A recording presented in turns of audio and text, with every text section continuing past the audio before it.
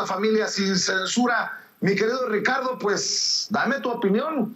Una situación pues que no es poca cosa. Si bien es cierto, cada quien hace con su dinero lo que quiere, si es dinero bien habido, hay que tener ciertas normas en medio de la austeridad republicana con un presidente que es el que te está poniendo el ejemplo día con día, Ricardo. Sin duda, querido Vicente, yo voy a ser mucho más radical. A mí me parece un error, un craso error que va a empañar mucho el desempeño que hasta este momento había sido o parecía haber sido ejemplar del titular de la Unidad de Inteligencia Financiera.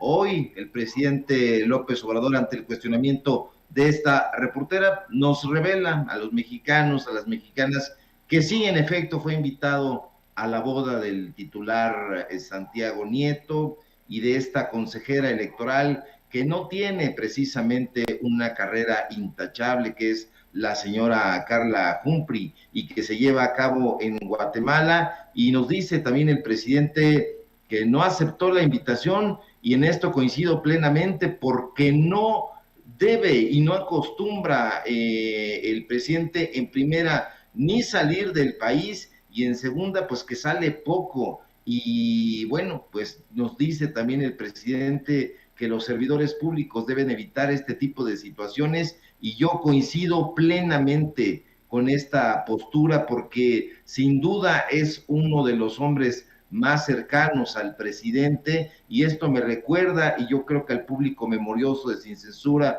también, aquella otra boda de uno de los hombres también más cercanos a López Obrador, y que acaparó en su momento la portada de la revista Hola, incluso esta revista de espectáculos, y que justo en medio del llamado que hizo el presidente de austeridad, pues bueno, se llevó a cabo. En ese momento López Obrador era presidente electo y César Yáñez llevó a cabo esa boda en septiembre de 2018, aquí en el centro histórico, bueno, aquí en México, porque fue en el centro histórico de Puebla, y justo fue el comportamiento que el presidente había estado criticando de parte del neoliberalismo, de parte de todos estos personajes, y apenas a un par de meses de entrar en funciones, pues César Yáñez le da esta pequeña estocada al gobierno recién nacido del presidente López Obrador, idéntico, querido Vicente, público a lo que hicieron en su momento Enrique Peña Nieto y Angélica Rivera, o Manuel Velasco y Anaí, que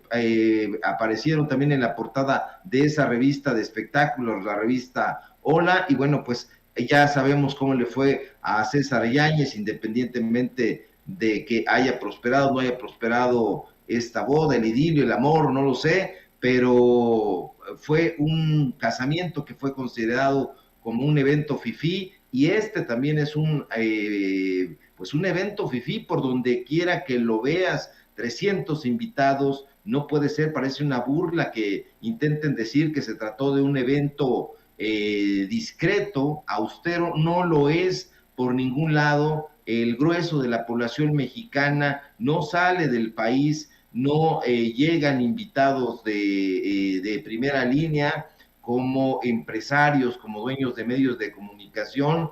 Me llama, por otro lado, muchísimo la atención que no llegara ningún miembro del gabinete legal, a pesar de que estaban invitados. Eso lo celebro. Lo que no celebro y no puedo celebrar de ninguna manera es que Santiago Nieto haya cometido esta hazaña, porque de acuerdo a los informes que hemos estado viendo y revisando desde el momento en que se lleva a cabo, pues las copas corrieron por todo lo alto. Moet Chardon, por ejemplo, hubo vino de mesa, hubo vino tinto, hubo digestivos. Fue una cornucopia de comida, y eso no puede ser en un gobierno que representa y ha representado a todas luces una austeridad y un combate a la corrupción. Estamos hablando del zar anticorrupción, nada más ni nada menos. Entonces, esta boda en 5 tiempos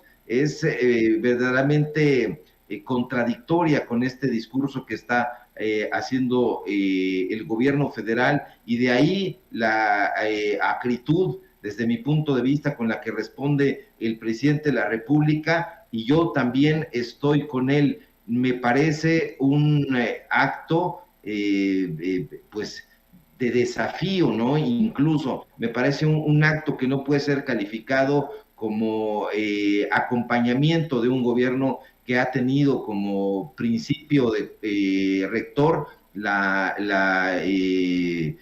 pues la austeridad, el ahorro, y esta cornucopia de comida, pues que empieza temprano y termina tarde. Me parece terrible que hayan cerrado todo los jardines de ese hotel Santo Domingo en Antigua, en Guatemala. Me parece también un acto desmedido. Es un festejo, aunque uno quiera decir lo contrario, pues es un festejo a lo grande, y es una esfera de personajes ahí que desfilan, que no solamente son contrarios al gobierno de López Obrador, lo cual podría ser anecdótico, sino personajes que han sido precisamente lesivos en contra del pueblo mexicano. Eli Ortiz, este personaje que incluso tiene por hábito cerrar la avenida del Paseo de la Reforma y Bucareli cuando llega a las instalaciones del periódico Universal, donde escribe Carlos Loret de Mola, José Woldenberg y Guillermo Sheridan y todo este tipo de personajes, el propio hijo de Enrique Krause, León Krause. Entonces es un asunto que me parece terrible. Me parece que ya actuó en consecuencia y con gran vigor la jefa de gobierno al destituir a Paola Félix Díaz, porque pues imagínate, no puede ser de otra manera. Personajes que están ahí viajando no solamente en este mismo avión el cual estás tú comentando, y que lleven ahí esa cantidad en dinero. De acuerdo a lo que yo leí, se está hablando de $35,000 en efectivo. Hay quien dice que fueron pesos, pero el propio financiero en la nota de hoy está diciendo que son $35,000 en efectivo, que, para dar mayor datos duros, fueron distribuidos en 7 sobres blancos que no fueron declarados en el momento del ingreso. Entonces habría que ver quién estuvo a cargo de ese ingreso, si era de Eli Ortiz, y por qué estaban distribuidos en 7 sobres blancos, a quién se los iban a dar, a quiénes se los iban a dar, porque ahí hubo de todo. Estuvo la gobernadora de Campeche, estuvo Laida Sansores, pero también estuvieron otros personajes muy polémicos. Hay que leer el listado con mucho detenimiento, porque estuvo ahí Javier López Casarín, del Partido Verde Ecologista, ¿no? Si no mal recuerdo, pero Javier López Casarín es considerado como el poderoso López Casarín, y que fue uno de los personajes que estuvo y que está detrás, de acuerdo con varios reportajes, uno de Proceso, de el dinero de Marcelo Ebrard. Entonces hay que ver qué es lo que está pasando, porque indudablemente pues es un escándalo, y dicen los toreros que no basta con serlo, sino también hay que parecerlo, y esta política hay que aplicarla también aquí. No se puede ser el zar de la corrupción, símbolo de austeridad, y bueno, pues por otro lado, hacer este gesto majestático de derroche, esta capacidad de convocatoria que indudablemente otros no pueden, no podemos tampoco tapar el sol con un dedo, y la austeridad y el poder acaban siempre en pleitos, se contraponen. Ya decía el presidente hoy en la mañana que dinero y contrabando son cosas incompartidas. Entonces, yo estoy particularmente decepcionado, lo confieso, querido público memorioso, Vicente. Ricardo, otra de las cosas que tenemos que decir es, porque lo hemos repetido una y otra vez, que en esta cuarta transformación no tienen derecho a fallar. Y bajo esa premisa es que el presidente es muy estricto y nosotros tenemos que hacer más. Por ejemplo, estoy leyendo que viajaba junto a Juan Francisco Ili Ortiz, el director del Universal, creo que es hijo del Ili Ortiz señor. Viajaban con Paola Félix Díaz, la hoy exsecretaria de Turismo, Alejandro Gou, el productor teatral, el productor de espectáculos, Alejandro Gou, a quien se le dio un contrato por asignación directa en la Ciudad de México para un evento del Día de Muertos. Y parece el error de principiantes. No te subes a un avión privado, mucho menos con el tipo al que le acabas de asignar un contrato sin concurso, que es de asignación directa, pues todo está puesto para que uno diga, vamos a poner las cosas sobre la mesa y hablemos claro. Creo que, es más, voy a ponerlo de esta manera. Si Santiago Nieto ha tenido a bien acceder a entrevistas para Sin Censura una y otra vez, si Carla Humphrey, a pesar de mis cuestionamientos duros, sobre todo sobre el salario de los consejeros del INE en la última entrevista, ha tenido a bien hablar con nosotros sin censura, si la propia Paola Félix Díaz ha sido una amiga de Sin Censura, bueno, pues en estos momentos siempre, pero sobre todo en estos momentos, las cámaras y los micrófonos de Sin Censura para que se hagan posicionamientos, aclaraciones, explicaciones y lo que se tenga que dar, no para Vicente Serrano, para la audiencia, para la gente de a pie, pues que está al pendiente y bueno, que está siendo bombardeada por estos de muy mala leche desde la oposición y desde los medios que le hacen el caldo gordo a esos enemigos de la Cuarta Transformación, a esos odiadores del presidente Andrés Manuel López Obrador. Si ya saben cómo son, ¿para qué les dan carnita, mi querido Ricardo Sevilla? Así es, y yo por eso insisto en esta postura del presidente López Obrador, que calificó así un exceso. ¿Qué le parece, señor presidente? Un exceso. Lo dice el presidente, lo decimos aquí, tienes toda la razón, querido Vicente.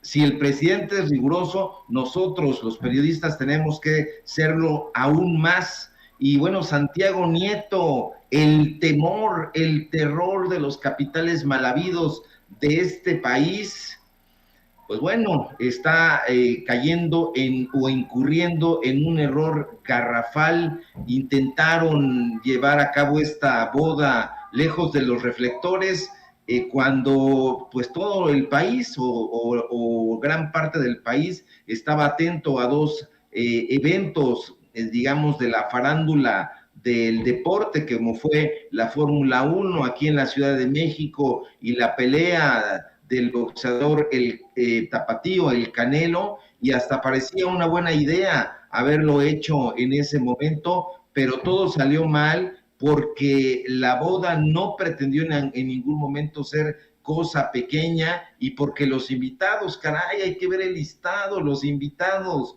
no eran personajes discretos y porque aunque la fiesta se trasladó a Guatemala, siguieron siendo exactamente los mismos, haciendo lo mismo. Estos personajes no son amigos del pueblo, no son amigos de la transformación. No lo estoy diciendo de Santiago Nieto, que conste, estoy hablando de los invitados, pero bastó que algo se saliera de lugar, que un invitado, esta mujer que estamos comentando ahora, pues bueno, ahí a bordo de un avión privado, que no declaró esta cantidad de dinero en efectivo, en exceso, una cantidad de dinero que para la mayoría del pueblo mexicano, pues es un sueño guajiro, para que todo esto saliera, y entonces el cuestionamiento es legítimo. ¿Qué es lo que está sucediendo? ¿Qué es lo que está sucediendo al interior de la unidad de inteligencia financiera, porque ahora, como tú bien dices, está siendo calificado como el castillo de la pureza y que empiezan a salir a la luz estos excesos, estos lujos que el presidente hoy en la mañanera está repudiando.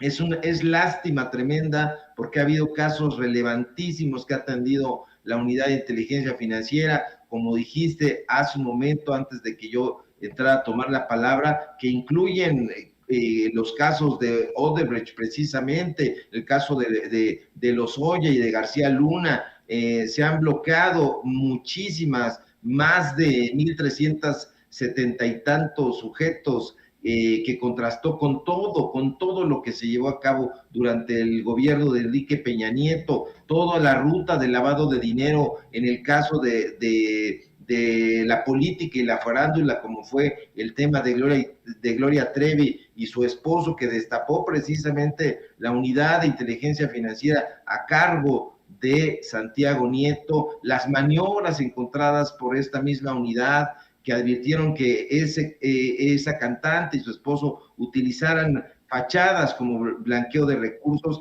y un cincuento de investigaciones que fueron presentadas con muchísimo vigor y que, como tú dices, no van a empañar el desarrollo a todas luces importantísimo que ha tenido la unidad de inteligencia financiera, pero que esta actitud deja mucho que desear, deja mucho que explicar. Y pues bueno, ojalá te tomen la palabra, querido Vicente, y le expliquen, como tú bien dices, no a ti, no a nosotros los periodistas, sino a la audiencia, por qué carajo se les ocurrió llevar a cabo una boda fifí siendo representantes de un gobierno austero.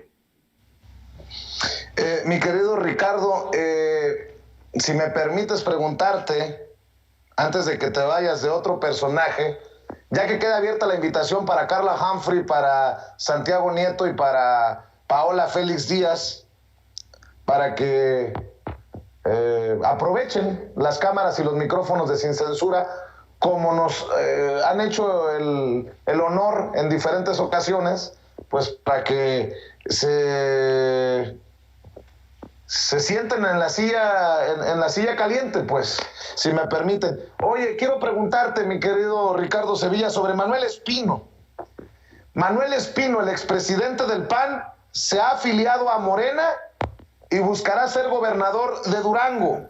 El comisionado del Servicio de Protección Federal, Manuel Espino, se registró como militante de Morena para competir por la candidatura al gobierno de Durango en las elecciones de 2022. Para ello solicitó una licencia del cargo del 5 de noviembre al 15 de diciembre de 2021 para comenzar y participar en el proceso electoral.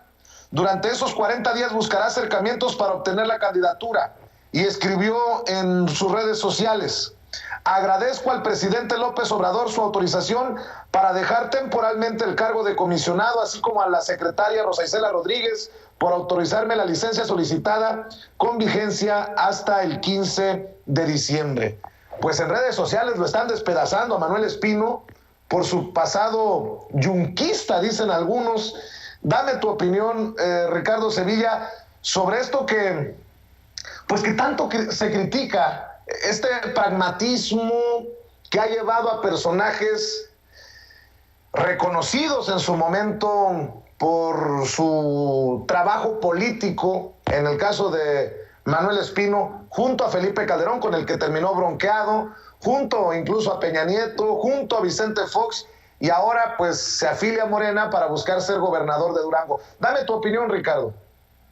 Sí, pues yo tengo la peor opinión también. A mí me parece que Manuel Espino es uno de las taras más grandes pues para el pueblo mexicano también. Yo me pronuncio también contra la candidatura de Espino y la candidatura ya sea en Morena, o sea, en cualquier parte, y yo no estaría de acuerdo que él fuera gobernador de absolutamente nada. Me parece que Morena está otra vez, no Morena, ciertos personajes de Morena están torpedeando ese partido político.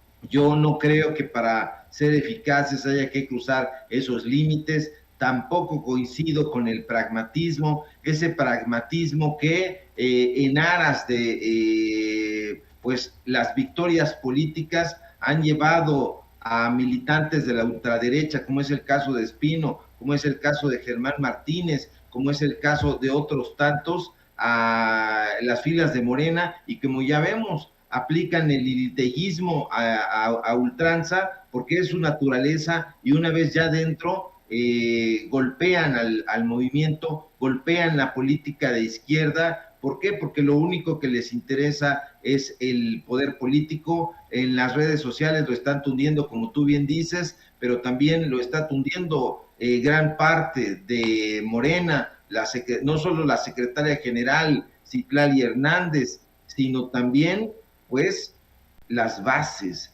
de Morena, que son parte importantísimo. Entonces, ojalá también pudieras hacerle un llamado a Mario Delgado, querido Vicente, para que venga y explique en base a qué está aceptando que Manuel Espino esté buscando la gubernatura de Durango hacia 2022, por qué o bajo qué análisis y presupuestos le parece conveniente que un personaje efectivamente yunquista, y que por cierto llamo al público a que lea la columna en Regeneración que escribe nuestro amigo y colega Manuel Pedrero, porque justamente aborda este tema. Hoy regresamos a Regeneración y hoy regresan también parte importante, parte vigorosa de los amigos y amigas de opinión, y se hace ese tipo de preguntas. O sea, ¿será que el pragmatismo de Morena pudiera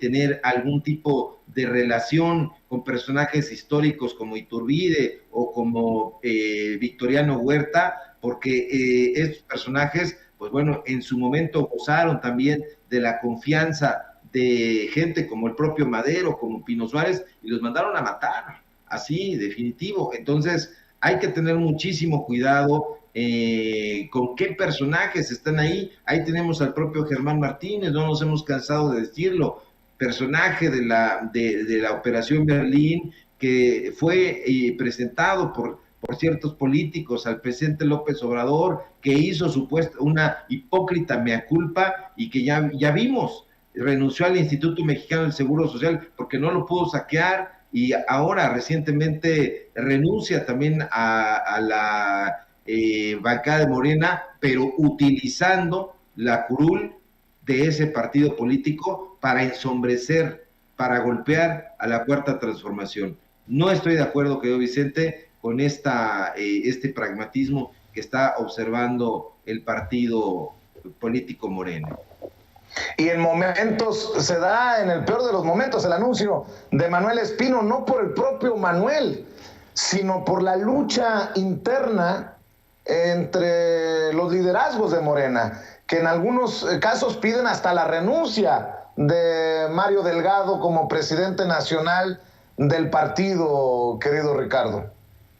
Sí, es un momento muy álgido. Hay que recordar que en los últimos meses, en efecto, Morena ha sufrido los embates de estos personajes que han tratado de quedarse con el partido, y que lo único que han conseguido pues es irlo desgajando, es irlo carcomiendo, y que incluso en muchas ocasiones le han preguntado al presidente de la República, y él ha dicho simple y llanamente que no se va a meter en ese tema, pero indudablemente es una pena que un partido político que llevó al presidente de la República y otros actores políticos al gobierno del cual estamos hoy gozando, se estén encargando de torpedearlo, pues gracias a que tienen un interés no nacional, no hacia el pueblo, sino un interés personal, y que tiene que ver con la distribución de puestos políticos. Hay que decirlo con todas sus letras, y ojalá el presidente se animara a dar un golpe en la mesa y a poner orden, que buena falta le hace, porque ahí vemos de un lado a los delfines de el canciller Ebrard, por otro lado vemos a los delfines también de Monreal, y vemos a otros delfines de parte de cierto sector político que se ha enquistado y que proviene del PAN en ese partido político. Entonces, ya no se puede continuar con este tipo de torpedeo, y ojalá el presidente de la República se anime a dar un golpe en la mesa, porque el partido ha sufrido muchísimo y en consecuencia ha sufrido también el gobierno que hoy estamos gozando.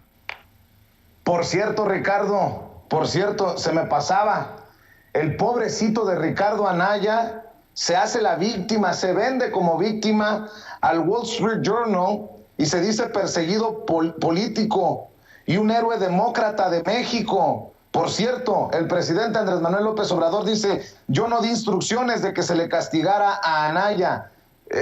Pues, pobrecito Riquín Profugín, que anda buscando cómo limpiar de alguna manera un poquito de su cola larga que tiene políticamente hablando. Sí, también es uno de los personajes que bien haría la unidad de inteligencia financiera a cargo de Santiago Nieto, pues en investigar seriamente. Ya tiene ahí el tema en la Fiscalía de Gertz Manero, y no es un perseguido político, es un prófugo, es un ladrón, y bueno, hoy lo expone también el presidente de la República en la mañanera, y lo dice bien, lo glosa con puntualidad. Este personaje, Ricardo Anaya, tenía una excelente asociación con Enrique Peña Nieto, y después ya no, porque es un personaje que está muy engolosinado de sí mismo, y nos revela incluso el presidente que en el debate, que en uno de los debates que tuvo hacia la presidencia en 2018, pues ahí estaban fuera de cámara acusándose, y que Mir le dijo, bueno, pues tú eres el que debería de estar en la cárcel, y en efecto, yo no digo que Peña Nieto no, porque sí, indudablemente debería de estar en la cárcel, pero también este bribón, este pillo que está, no sabemos cómo, porque no entendemos esa riqueza que le permite vivir en el extranjero y que le permite filmar con todos esos fierros que se ve que son de última generación, estas series alocadas, con camisa cuadriculada alrededor de su habitación, acusando al presidente de la República de ser su persecutor, cuando lo sabemos perfecto. Hasta el saco de pus, como tú le dices, y mucha gente le llama, y yo me sumo a Javier Lozano, pues ha dicho que es un culero. Lo estoy citando, son palabras de Javier Lozano. Dice, va a tener una cita este personaje, Ricardo Anaya, con la historia. ¿Y por qué? Por culero, así le dice. Y bueno, como dices tú, querido Vicente, entendió el que entendió, y bueno, pues esas son las informaciones duras, y es mi perspectiva de este canalla. Ojalá que le pongan, o que le echen el guante, y que lo traigan de las patillas recortadas, o de haber dónde, y lo metan y lo refundan en el bote, porque es un ladrón y un avieso. Así es, mi querido Ricardo Sevilla. ¿Por qué no cerramos invitando a la gente para que te apoye en tus trincheras siempre independientes? Claro que sí, querido Vicente, público memorioso Sin Censura, pues síganme aquí donde iniciamos de alguna manera el día, por decir así, en Sin Censura, aquí siendo parte de la familia Sin Censura, que ha recibido muchísimos embates, pero que no nos vamos a dejar. No importa que nos envíen bots, ni granjas, ni personajes a modo, ni que hackeen, y que sí importa, y hacemos llamados ahí para que alguien, Twitter, llame la atención sobre esto, y todos resultemos beneficiados con la información que se da aquí. Aquí estamos participando con muchísimo gusto, de lunes a viernes a las 11 de la mañana, y regresamos a Regeneración, a los datos duros, donde tenemos programa en la tarde, de lunes a viernes, de 4 a 5 y media, y también estamos haciendo un esfuerzo adicional. Abrimos un canal con José Manuel Fuentes, un programa de ironía, de chascarrillo, y ahí los esperamos también. Hoy iniciamos de 8 a 9 en el programa que se llama Tiempos de Canallas. Y bueno, pues les mando un abrazo, querido Vicente, público, Ceci, allá en producción, y a todos los que nos escucharon, y nos vemos, si todo va bien, el día de mañana. Un fuerte abrazo. Claro que sí. Te mando un abrazo. Gracias, Ricardo Sevilla. Gracias por hablar sin censura. Oiga, los demonios se andan alineando. Cuando vi este video, que va a tener que ser audio por cuestiones de derechos, casi me voy de nalgas, me voy de espalda. Gilberto Lozano, el líder de Frena, se reúne con el obispo Juan Sandoval Íñiguez. Se juntan el obispo emérito Juan Sandoval Íñiguez y Gilberto Lozano a promover la revocación de mandato, y hasta el obispo